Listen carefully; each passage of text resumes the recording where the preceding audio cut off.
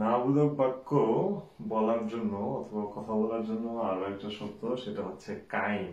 সেটা নিয়ে আজকে আমরা কিছু উদাহরণ দেখব, ঠিক আছে? এবং সেটা একটু আমরা শিখবো আজকে। কাইন দিয়ে আমরা কিভাবে বলতে পারি? আমরা শিখছি যখন আমরা কোনো ভার্ব এবং কোনো অ্যাডজেক্টিভকে নেগেটিভ করবো, আমাদের নিষ্ঠ শব্দটা দরকার। আর কাইন দরকার হচ্ছে আমরা যখন কোনো নোমেন অথবা মানে হচ্ছে কোনো নাউনকে আমরা নেগেটিভ করতে চাইবো। সো নাউনকে আমরা কখন নেগেটিভ করতে পারি, ঠিক আছে?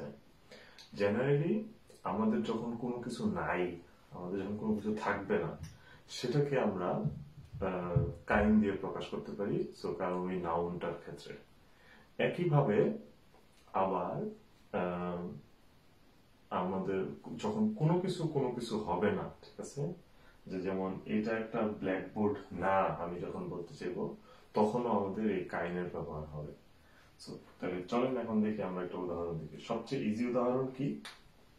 আমার কোনো টাকা নাই, ঠিক আছে? বাংলায় আর কিছুটা। আমার কোনো টাকা নাই, সেটা যেমন কি হবে? ইস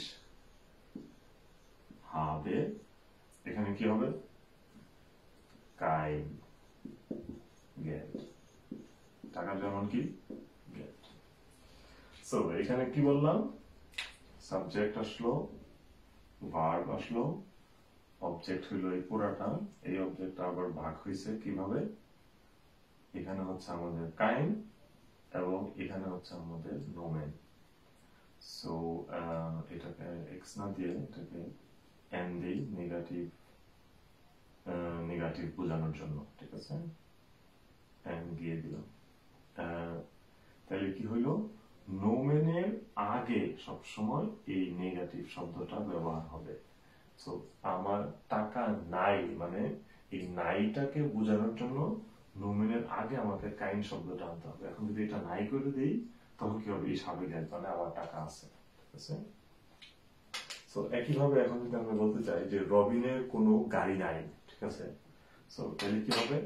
রবিনের গাড়ি আছে মানে হচ্ছে রবিন হাট একটা গাড়ি আছে, আইন অটো একটা গাড়ি আছে। কিন্তু রবিনের যদি গাড়ি নাই হয় তখন কি হবে? রবিন হাট কাইন অটো। রবিন হাট কাইন অটো। তাহলে কি দাঁড়াইল? যে এখানে হচ্ছে আমাদের অবজেক্ট এবং নোমেন, এর আগে হচ্ছে আমাদের এই কাইন চলে আসছে এবং এখানে আমাদের সাবজেক্ট ভার্ব রয়ে গেছে।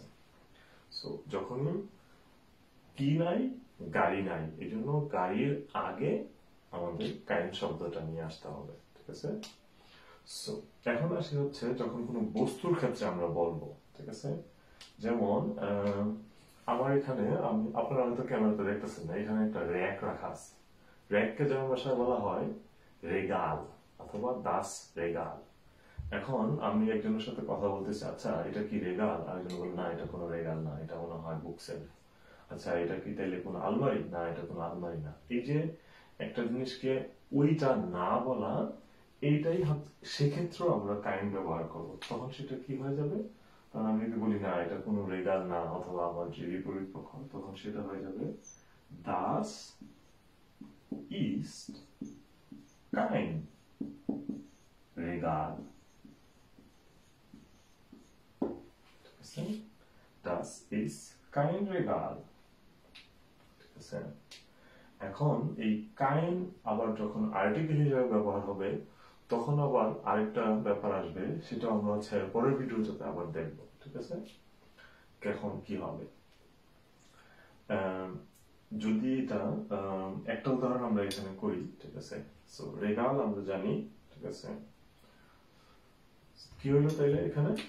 এখানে হচ্ছে রেগাল আমাদের নোমেন, এর আগে আমাদের কাইন চলে আসছে।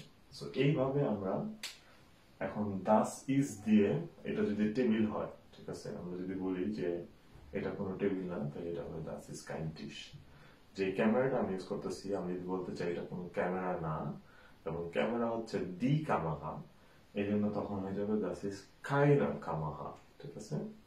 সেটা আমরা আকুজেটিভে অথবা যখন আমরা আর্টিকেল করছি ওইখানে আলোচনা করছি, ঠিক আছে? আয়না, কায়না, ঠিক আছে? এই বিষয়গুলো। Good. Viel Spaß beim Weiterlernen.